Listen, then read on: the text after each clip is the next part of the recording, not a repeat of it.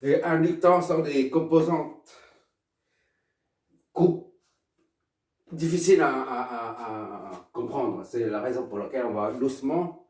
Ça, c'est le schéma qui nous a permis de mettre en évidence le phénomène de l'induction. Maintenant, on réutilise ça, on fait un petit rappel pour pouvoir développer les formules concernant les bobines d'inductance. D'accord? Je vois si on voit toujours. Ok. On a dit, voilà. Ici, il y a un courant qui, la source VS débite un courant I.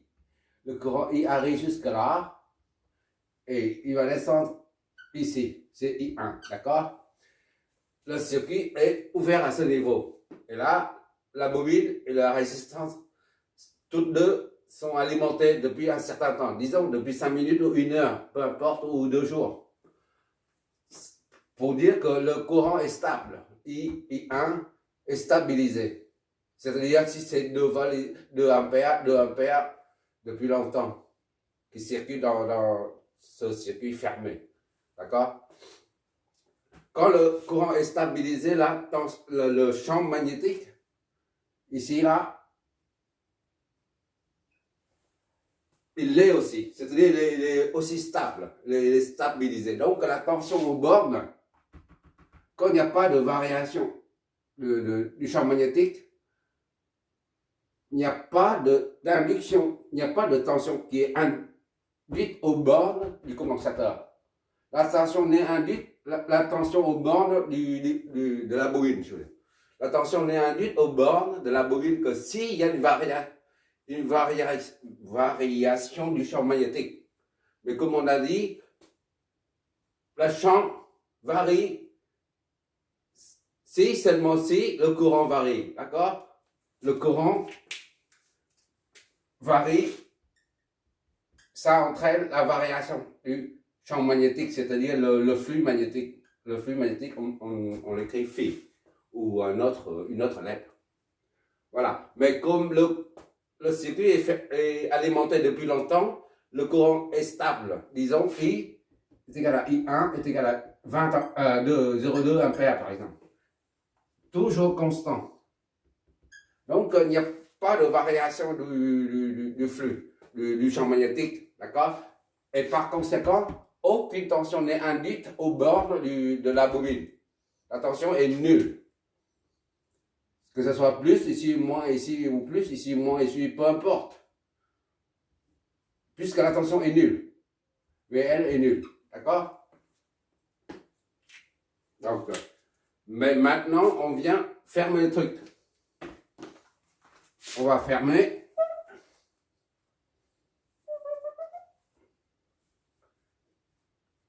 Le champ magnétique existe toujours. D'accord? Même s'il n'y a pas de variation du courant. Mais le champ magnétique existe.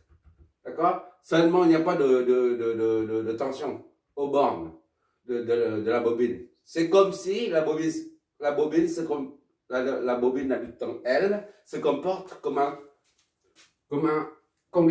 un sans fil conducteur. D'accord? C'est un court-circuit qui se produit aux bornes, puisque la tension est nulle. Ici et là, il n'y a pas de différence de potentiel. Donc, la tension est nulle. C'est comme si ici et là, il n'y a pas de tension là. Il n'y a pas de différence de potentiel. D'accord? V est égal à 0. Là, c'est 0 volt. Donc, c'est court-circuit à ce niveau-là.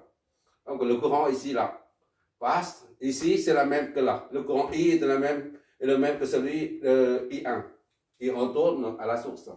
Et maintenant, on vient fermer l'interrupteur. Il y a un champ. Hein? Pour l'instant, il y a un champ. On a dit, il y a un champ. Oui. Il est constante. D'accord? H est égal constante. Maintenant, on vient fermer l'interrupteur. Il y a un changement d'état tout de suite, immédiatement à ce niveau, au niveau du champ. Puisque un courant I2 a tendance à circuler à travers R2, d'accord? I2 là. Mais le fait que I2 a tendance à prendre la naissance, et ben ça génère une expansion. Je n'ai que... Je reprends le résultat qu'on a explicité tout à l'heure dans la première vidéo concernant le phénomène de l'inductance, de l'induction. Et maintenant, là, il y a I2 qui circule, d'accord?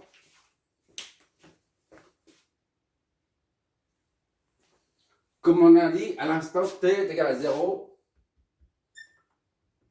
I2 est nul.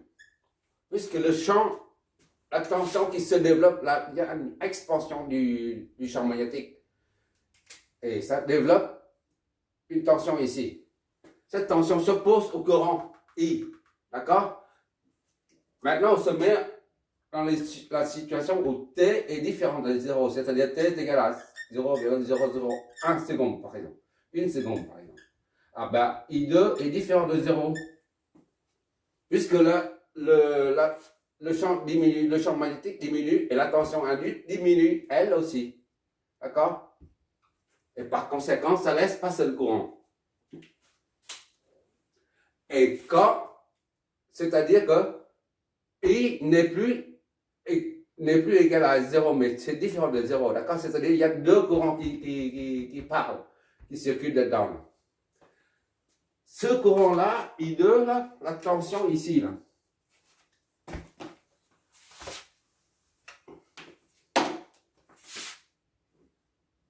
V2, là. VR2. La tension ici, là, VR2, était la loi d'Ohm, tout simplement, R2 fois I2. Autrement dit, I2, on peut l'exprimer en fonction de la tension VR2 sur R2. D'accord? Est égal à 1 sur R2 fois VR2. D'accord? On peut exprimer ici là, I2 en fonction d'une constante. 1 sur R2. D'accord? 1 sur R2. En se servant de la loi d'Ohm. D'accord? U est égal à I. Ce courant existe, ça signifie que le courant ici varie. Dès qu'on ferme ça, après 0,001 seconde, une seconde, le courant passe. I n'est plus égal à I1. Au début, I t est égal à I1. 0, I est égal à I1. Maintenant, t est égal à 0,001. I est égal à I1 plus I2. D'accord? Or, I2, on peut l'exprimer en fonction de V, là. Tension aux bornes collée à une constante près, qui est 1 sur R2. D'accord? Pour exprimer le courant I2. Ici, I, là, on ne peut pas. La loi d'Ohm ne peut pas s'appliquer à ça, là, puisqu'on est en courant continu, là. On n'est pas en alternative au courant variable. Alors, comment on va faire pour l'exprimer? On va utiliser VNT, là. La tension VNT, c'est là. VNT, V aux bornes. V, voilà, NT. Voilà.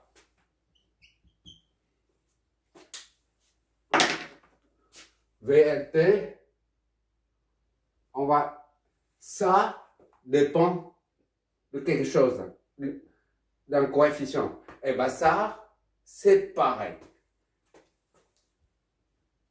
Ce coefficient, c'est K, on ne connaît pas. D'accord? Fois I. U est égal à RI. D'accord? On exprime ça, on se base sur par analogie avec la loi d'Ohm, au bord d'un élément résistif. Ici, une bobine, il n'y a pas de résistance. La résistance est nulle. D'accord? I fois I. D'accord?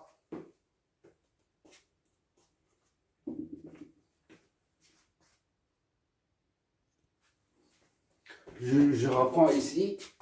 On peut exprimer la tension aux bornes de la résistance avec la loi d'Ohm. R2 fois I2. La tension, d'accord? Et maintenant, pour le deuxième élément, qui est la bobine, on utilise la loi d'Ohm aussi. Mais là, on ne peut pas, parce qu'il n'y a pas de résistance. La tension VR2 dépend de quelque chose. La loi d'Ohm nous dit que ça dépend de quelque chose, d'accord? I est quelque chose. De même pour la tension au bord de la bobine. L, c'est I et quelque chose. Et cette chose-là, cette quelque chose-là, c'est K. On ne connaît pas K, d'accord? Ce n'est pas une résistance. Ici, c'est une résistance. Mais là, ce n'est pas une résistance. Mais qu'est-ce que ça signifie? Parce que la tension est proportionnelle au courant qui traverse là. La tension aux bornes est proportionnelle au courant I qui la traverse. Proportionnel, ça, c'est le coefficient de proportionnalité, d'accord? Mais ça, puisque I traverse la bobine, donc elle dépend des cas, de la caractéristique de la bobine. Donc, K représente les caractéristiques de la bobine. Donc, K ici, en fait, K est égal à L, l'inductance, d'accord? K, ça dépend de ça. L'inductance, c'est quoi? On verra ça après. C'est L. Or, L est défini comme N, c'est quoi déjà? N au carré fois mu fois S ou A sur N. Ça, c'est la perméabilité. Perméabilité, d'accord? Et ça, c'est la surface. L'air, si tu veux, l'air plutôt. Air ou surface, peu importe, l'air, la surface, voilà. N, c'est en mètres, puisque c'est la longueur. La bobine, elle est comme ça, là. La surface, c'est le creux à l'intérieur, d'accord? C'est S. Mu, c'est le vide. Si c'est le vide à l'intérieur, mu, ce sera l'air. Quand c'est une barre, on peut mettre une barre métallique dedans. Dans ce cas, mu, ce sera un coefficient qui reflète la barre métallique. N, c'est la longueur, ici et là. D'accord? Tandis que N, c'est le nombre de tours. Tout ça sont liés ensemble. Et on l'appelle L. D'accord? Donc, la tension au bord de la bobine dépend de tout ça. D'accord? La tension de la bobine dépend de tout ça, multiplié par le courant qui la traverse. D'accord? On verra plus à la fin. On va essayer d'expliciter. C'est pas expliquer, expliciter L. Voilà, expliciter, je préfère, parce que pour l'instant, voilà, donc c'est d'ici à là, on a VL, T est égal à LI, d'accord? Au lieu de R pour une résistance, et ben, pour une bobine, on dit L. Et L représente tout ça. Ça mélange de tout, le produit de tout ça là. Et pour exprimer avec le temps,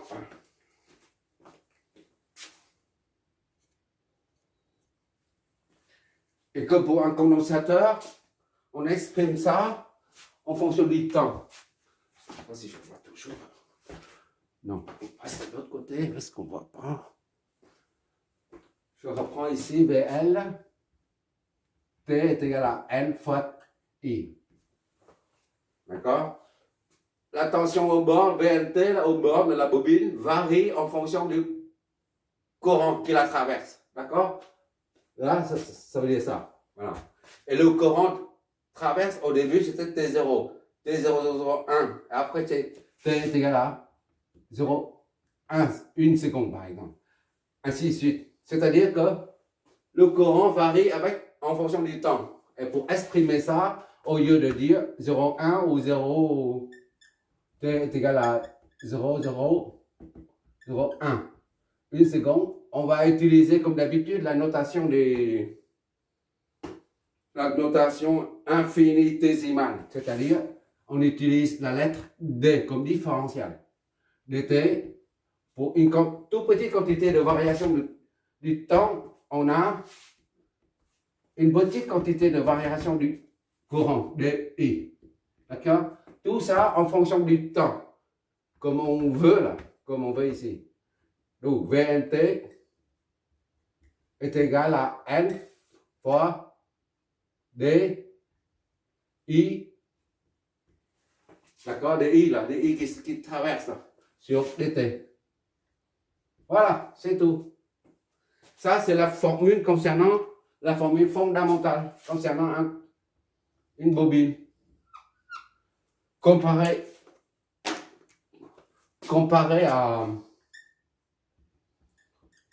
à un condensateur. On a ICT, IC, c'est pour condensateur, d'accord? Capacité fois dVCT, c'est la tension au bord du condensateur, divisé par epsilon, temps. Qu'est-ce que ça signifie? Pour une bobine d'inductance L,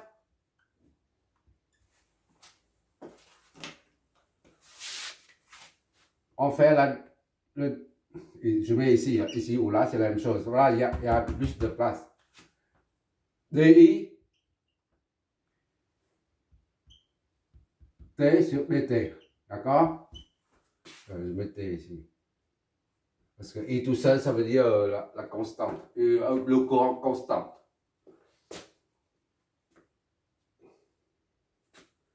Et pour ça c'est une bobine, ça.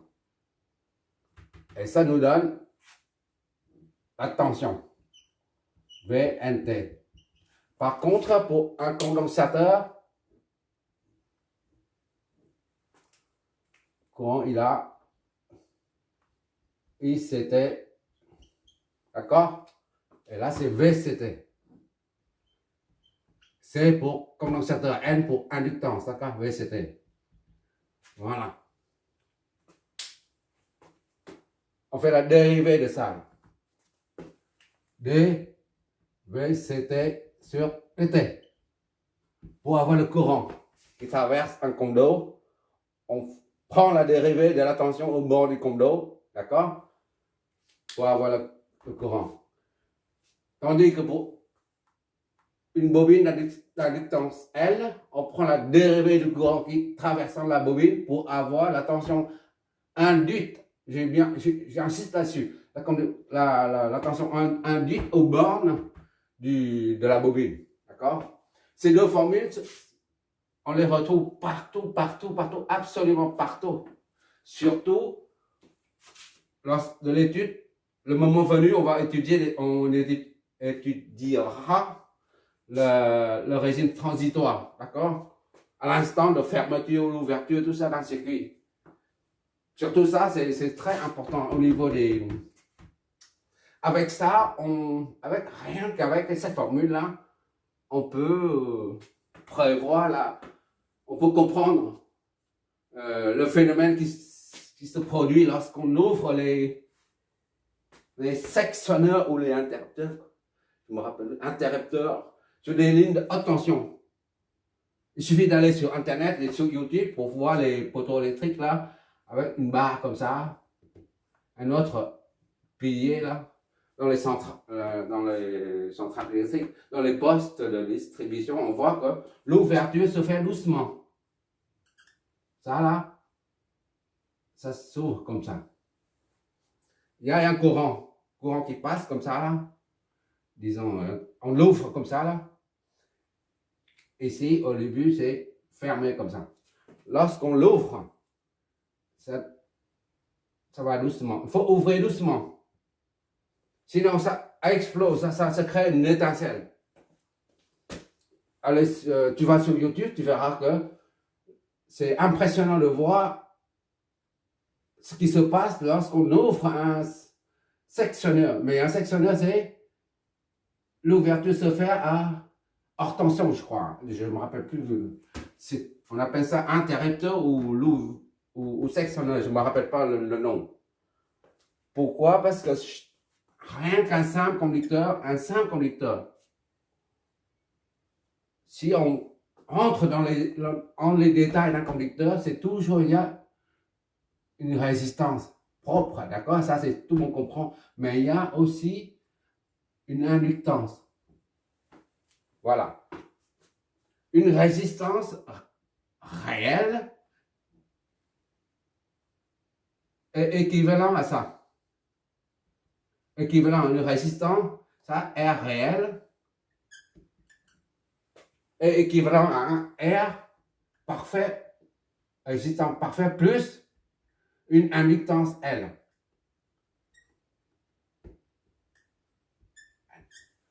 Et pourquoi c'est important, si important là? Parce que plus tu ouvres, si tu ouvres ça rapidement, le temps, il y a une surtension. V là, c'est égal à N sur delta I sur delta T, d'accord? Delta T.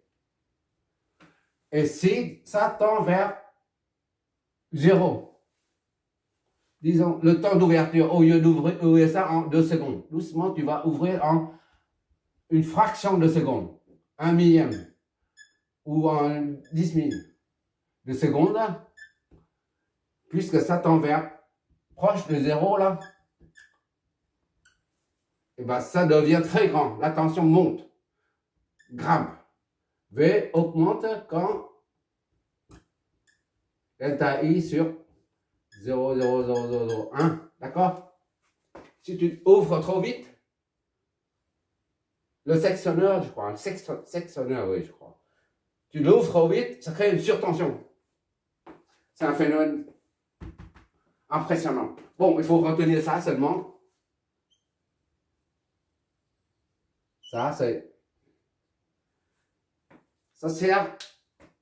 On va faire un exercice en utilisant ça et on va découvrir au fur et à mesure le phénomène de la loi de Lenz. La première vidéo a permis de mettre en évidence le phénomène de l'induction. Mais en appliquant cette formule-là, on va découvrir réellement ce qui se passe. C'est cette formule-là qui nous permet de bien maîtriser, de bien assimiler le phénomène de l'induction. Il faut faire des exos d'application, sinon la formule comme ça ne veut rien dire en fait. Bon, on y va, on va faire un premier exercice tout simple, un condo, une source qui alimente une bobine. Et on verra comment le courant I et la tension V en fonction du temps. D'accord? En appliquant cette formule-là. Seulement en appliquant cette formule, on verra le résultat et on comprendra mieux le phénomène qui se produit aux bornes d'une bobine et à l'intérieur. D'accord? Merci d'avoir regardé.